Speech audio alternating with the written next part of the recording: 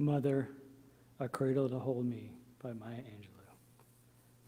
It is true, I was created in you. It's also true that you were created for me. I owned your voice. I was shaped and tuned. It was shaped and tuned to soothe me. Your arms were molded into a cradle to hold me, to rock me.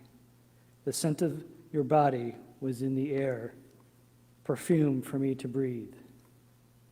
Mom, during the early, dearest days, I did not dream that you had a large life which included me, for I had a life which was only you. Time passed steadily and drew us apart. I was unwilling. I feared if I let you go, you would leave me eternally. You smiled at my fears, saying I could not stay in your lap forever. That one day you would have to stand. And where would I be? You smiled again. I did not. Without warning, you left me, but you returned immediately. You left again and returned. I admit quickly, but relief did not rest with me easily. You left again, but again returned. You left again, but again returned. Each time you entered my world, you brought assurance. Slowly, I gained confidence.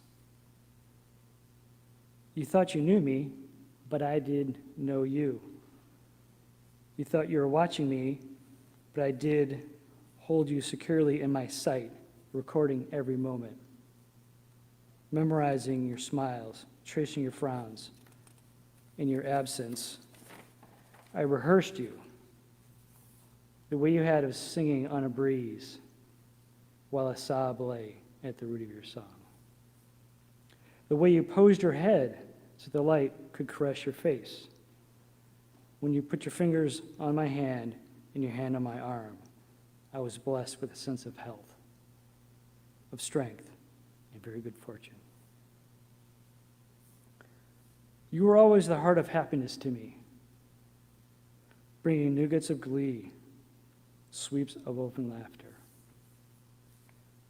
During the years when you knew nothing and I knew everything, I loved you still. Condescendingly, of course. From my high perch of teenage wisdom, I grew older and was stunned to find how much knowledge you had gleaned so quickly. Mom, I learned enough now to know I learned nearly nothing. On this day, when we are remembering you, let me thank you that my selfishness, ignorance, and mockery did not bring you to discard me like a broken doll which had lost its favor. I thank you that you still found something in me to cherish, to admire, and to love. Thank you, Mom. Love you.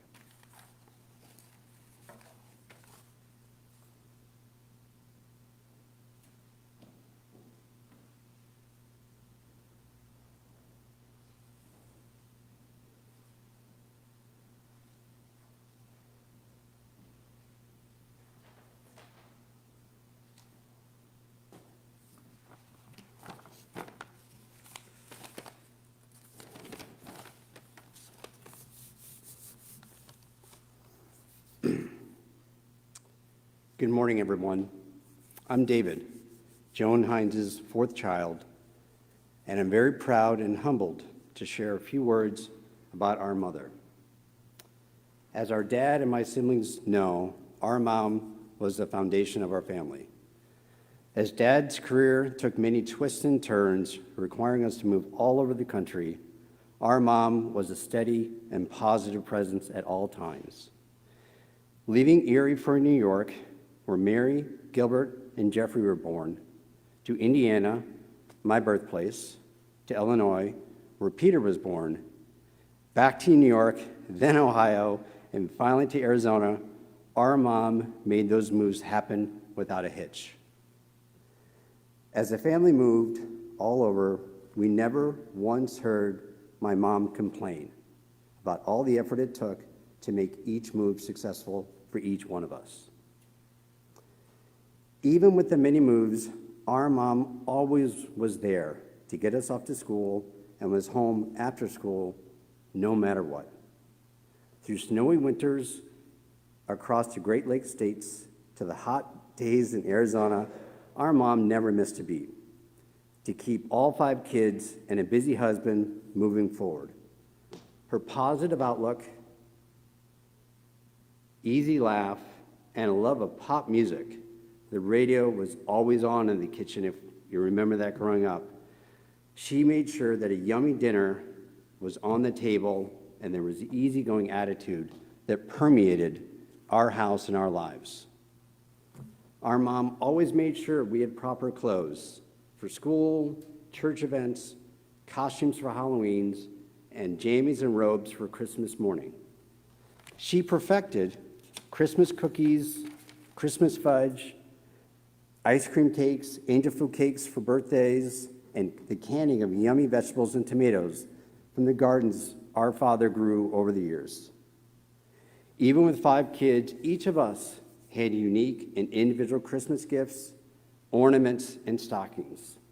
Each of us also had special Easter baskets filled by our mom with our favorite goodies hidden around the house on Easter morning. We used the same Easter baskets year after year, even though mine was further customized due to a mishap with the oven when we lived in Ohio. Even though our mom was not always particularly flashy or extravagant, I could go on and on and on and on for all the visible examples of how she knew what was important to each one of us and made each of us feel special on our birthdays, holidays, and in life as we grew up. But I also want to focus on something that's really only visible upon reflection. And what was that? I call it quiet support. And so what is the quiet support? Well, for me, an example of my mom's quiet support is when I look back at all the countless trumpet lessons, music competitions, band concerts, and camps that she chauffeured me to over the years. My mom and my family endured countless hours of trumpet practice at home. During the trumpet lessons, concerts, and competitions, she would simply wait or listen patiently, never rushed. She even participated in the crazy high school marching band carpool that my friends and I organized before we got our licenses and could drive ourselves. Never once did she complain. And after each event that she attended, she just said, good job, Dave, with a smile. My mom's quiet support continued during my many travels around the world. She always answered the phone when I called, happy to hear from me, and said, I'm glad you're having a good time. Please stay safe. When my wife, Diane, and I had children, I thought about my mom's quiet support as I listened to my son's hours of trumpet practice at home, drove him to his trumpet lessons, attended his band concerts, and I watched him climb the podium as drum major for his high school marching band. Each one of those activities with our son became a full circle moment for me, causing me to reflect on what my mom did for me, teaching me on what to do for my children. From being born and growing up in Erie to working at American Sterilizer, where she met my Aunt Sue, who helped introduce Joan to George, to having 5 kids moving across the country, our mom was a steady foundation for our family. She gave us the love and support we needed to create great memories, allowed us to develop into good people, and taught us to love each other as only a family can. So today, as we sit here, say a prayer for Joan Catherine Hinz, a great mom and a loving wife who provided steadfast support and love for her family.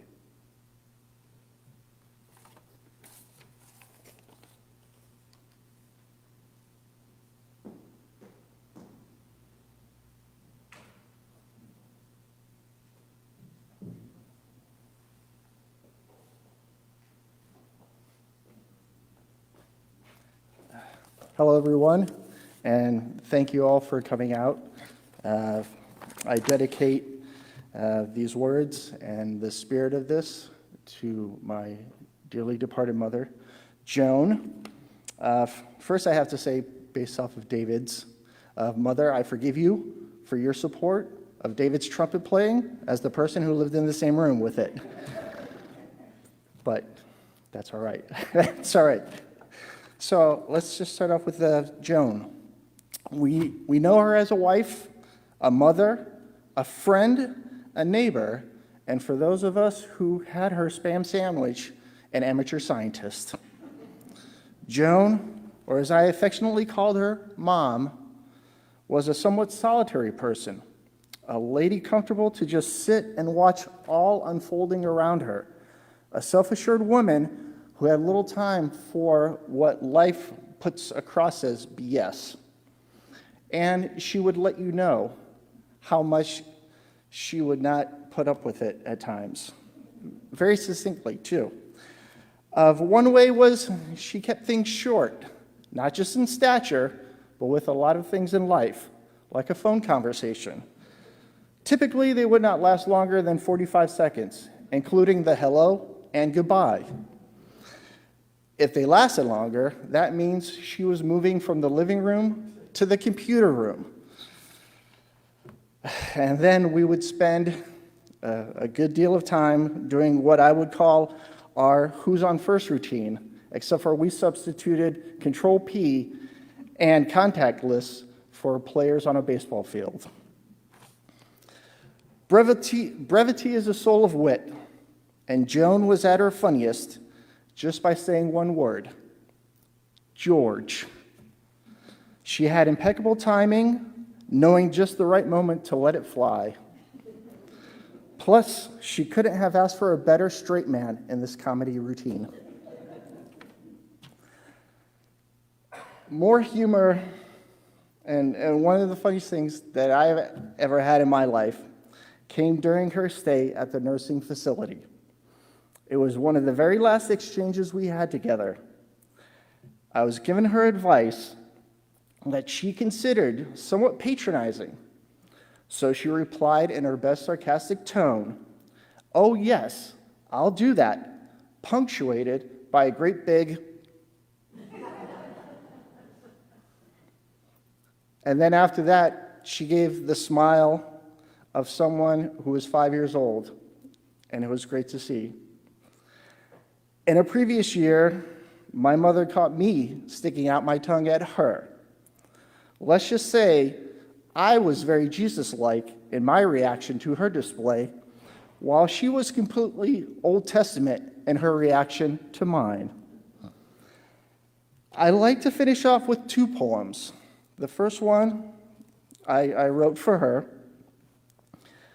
There is a town called Erie, which gave the world quite a dearie. They called her Joan, and now she's gone home, which leaves us all a little teary. And for the second poem, my father George asked me to read this. This is his expression of his feelings for her today. It's called Walk Slowly. If you should go before me, dear, walk slowly, down the ways of death, well worn and wide, for I would want to overtake you quickly and seek the journeys ending by your side. I would be sore forlorn not to desert you down some shining high road when I came. Walk slowly, dear, and often look behind you and pause to hear if someone calls your name. Rest in peace, Joan Hinz.